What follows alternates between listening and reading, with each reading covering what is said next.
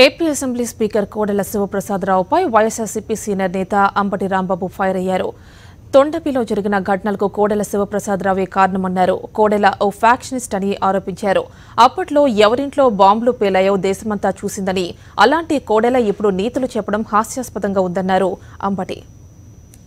మీ రాజకీయ జీవితం అంతా కూడా ఫ్యాక్షన్ మెంటాలిటీతోనే నడిపారు కాదని చెప్పమని అడుగుతా ఉన్నా. మా ఇంట్లో బాంబులు వెళ్ళినాయి, మీ ఇంట్లో బాంబులు వెళ్ళినాయా? ఎవరింటో బాంబులు వెళ్ళి? అంబటి రాంబాబు ఇంటో బాంబులు వెళ్ళినాయా? కోడెల శివప్రసాద్ గారింటో బాంబులు పేలినాయా? కోడెల శివప్రసాద్ గారింటో బాంబులు పేలితే ఎంతమంది చనిపోయారు? ఎవరు ఫ్యాక్షనిస్టు? ఎవరు దౌర్జన్యమైన రాజకీయాలు చేస్తున్నారు? శాంతి భద్రతలు కాపాడాడట కోడెల శివప్రసాద్ గారు. అయ్యా కోడెల శివప్రసాద్ గారు, దెయ్యాలు వేదాలు వర్ణిస్తే ఎలాగూ అని అడుగుతా ఉన్నా.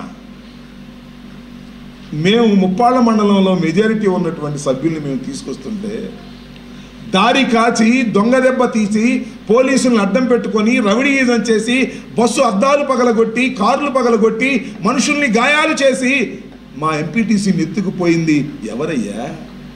మేవా? నువ్వా? ఎవరు ఫ్యాక్షనిస్టు?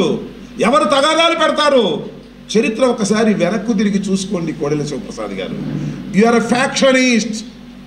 రాజకీయంగా దౌర్జన్యాల మీద నమ్ముకొని రాజకీయం చేస్తున్న వ్యక్తి కోడెల శివప్రసాద్ గారు. ఎవరిని అడిగినా చెప్తారు.